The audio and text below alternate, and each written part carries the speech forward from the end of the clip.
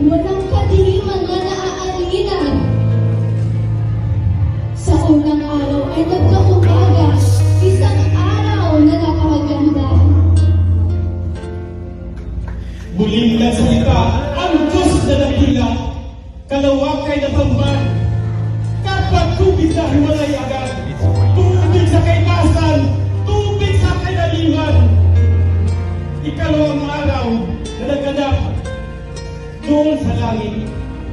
Ikatlong araw muling nagsalita ang Diyos na manilikha, mga pisa ng tubig sa silong ng langit, kapatagan ito'y bumulaga. Sibulan ng halaman ang mabuting lupa, gulay prutas, punong kahoy na kakanga-hanga.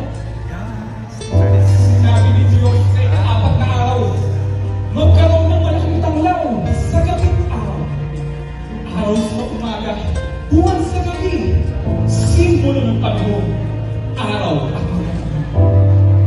Ang Diyos ay nagsalita sa isang araw ng kabika. Buklan ang dagat na may buhay ayon sa kanyang. Ang muli ng isda na lumalangoy nagkakasalaya. Paglapusin ng ibon ay papawin nagkakipon. Ating ang araw, Diyos muli gumawa. Ayaw nalilikha sa lupa'y pag-alagal.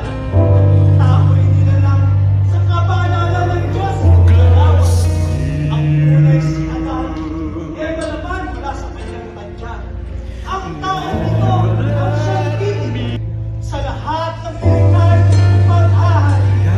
Nagpon ng Diyos ng pagkasunod-sunod. Ganitong araw ay napinaspasan at ipinamili. Ahas, yun ang pinakatuso sa lahat ng hayop na nilikha ng ating Diyos na siyang may-ari ng nagkakha. Manlinlang Ang babae ng ganito. Totoo ba ang sinabi ng Diyos? Huwag kayong kakain kung magbungang tao sa lamang. Ang babae sumunod. Huwag lang ang bunga sa gitna, hati kay kamatayan.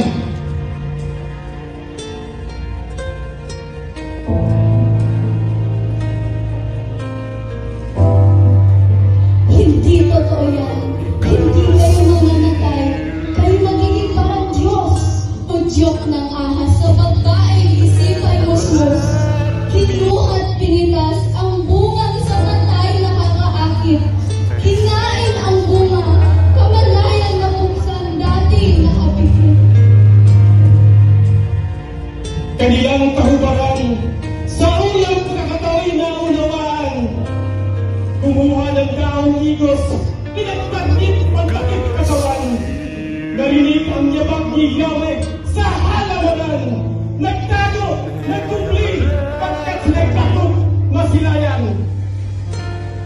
Hinanap si Adan upang kinaloroon ay malaman, ngunit siya'y natakot dahil sa kanyang kahubaran.